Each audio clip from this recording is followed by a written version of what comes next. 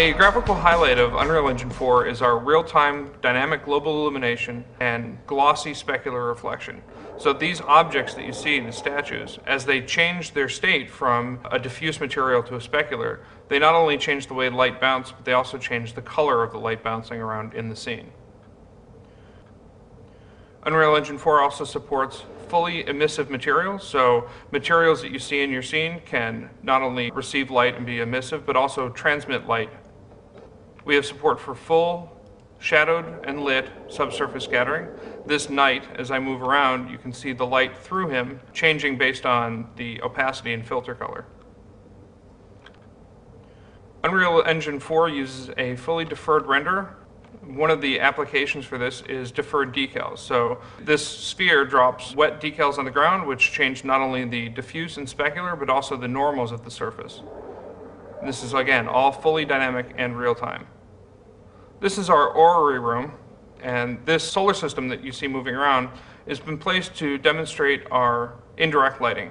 If I change the time of day, the sunlight will begin to stretch further into the room, and this will begin to show more of the color of the light bouncing off of the floor and onto the surrounding metal walls. If I change the color of the carpet, you can see that the color of the room changes quite dramatically. I can do that again.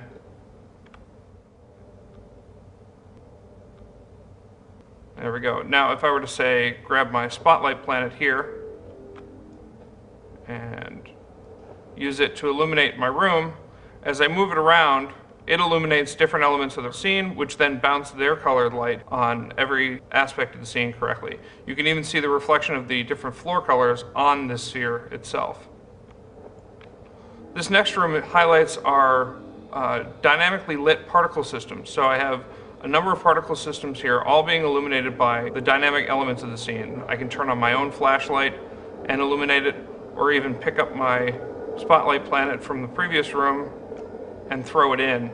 And you'll see this all works together dynamically in real time.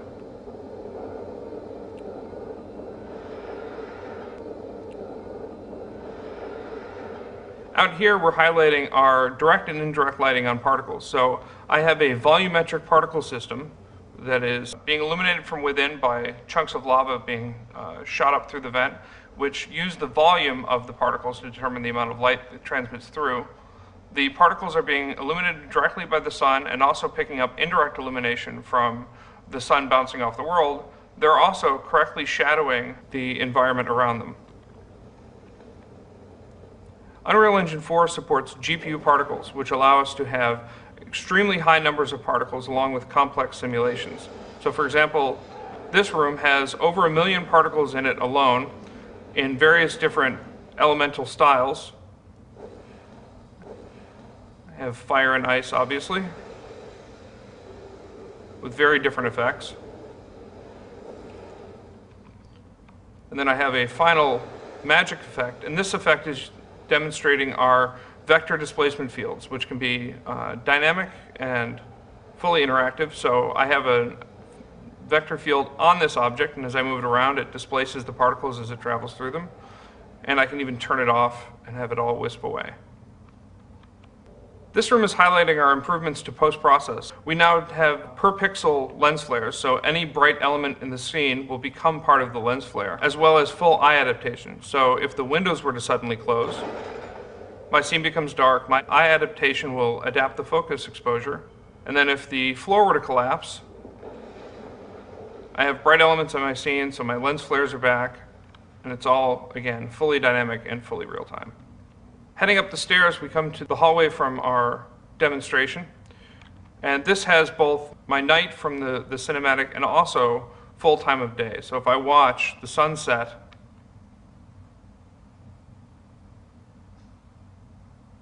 you can see the light changes quite dramatically. When the sun's completely behind the building, the sky will go to night. And I have a very different lighting environment. And then as the sun rises, again, I change completely. Now, the most impressive thing about this entire demonstration is that for the entire thing, I've been in the editor the entire time. At any point, I can come out of our immersive mode and go right back into my tools. So I can just fly around, select objects, and move them around and interact with them because I am in my editor and in my tools the whole time. We've dramatically improved our play. It's now instantaneous.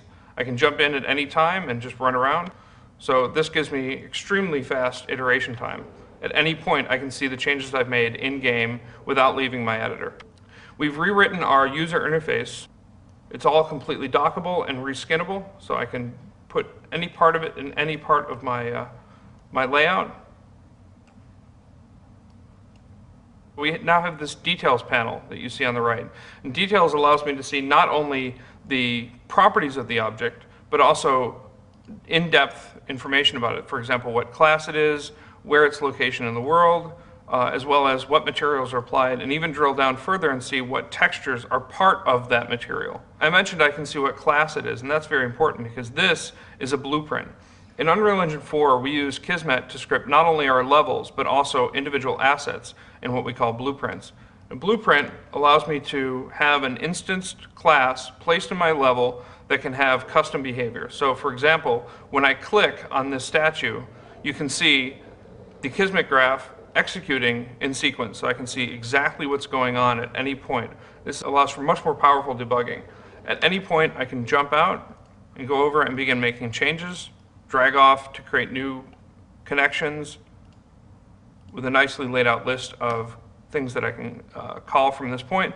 I can also quickly put a breakpoint in, and now when I play, if I trigger that breakpoint, it will stop the editor, stop the game, allow me to step through and see the state of any of these values,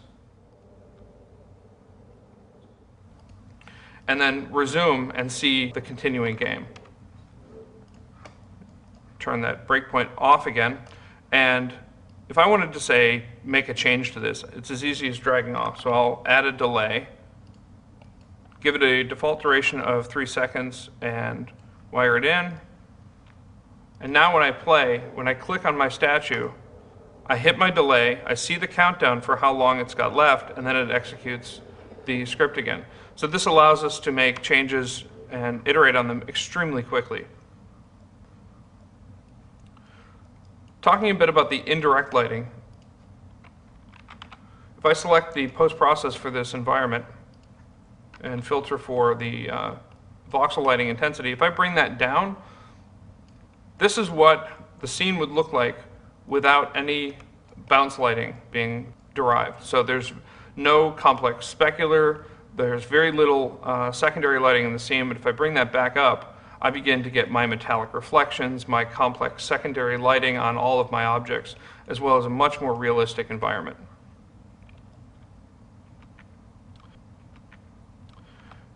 Over in the orrery room, if I select that orrery, I can see there's a number of properties that are being set up inside of this blueprint. So in the construction script, I have all of the parts of it being put together in sequence. And then I reach the sequence split, which creates each planet individually. Each one of these lines represents an individual planet. And then I have all of the variables that are used to drive the various behavior. Now, this is what the variables tab looks like. If I dock this here, you can see there's quite a few of them. But all of these can be categorized and given custom names. What that means is that when I get back to the placed version of it, I don't have a huge flat list of variables like I have in my editor. I have nicely categorized, friendly named properties that allow me to make changes without having to know how the script was made. Now, I showed play in editor, which instantaneous, I'm in, my game is running, I can interact with my planets, run around. But now I'm going to use simulate. And simulate plays the game, but doesn't put me in it. So now I'm still in the editor. I have complete control over my tools. I can see properties for any object. I can select the various elements in my scene. But because I'm not in the game, I can watch everything happen. And then at any point, I can click possess and become part of the game and begin interacting with my game as a player. So one last thing I'm going to show off. If I hit play and run around in my world, I can hit F10 to eject, and now I see my player's representation in the world again. If I open up his details panel and his code view, it will populate with the functions for that class, in this case a player. If I double click on one of those functions, it will open the source file for that class and go straight to that function. So this has leg strength, and I'll change that, minimize this, and I'm going to click compile and possess. So I'm back in my character playing the game.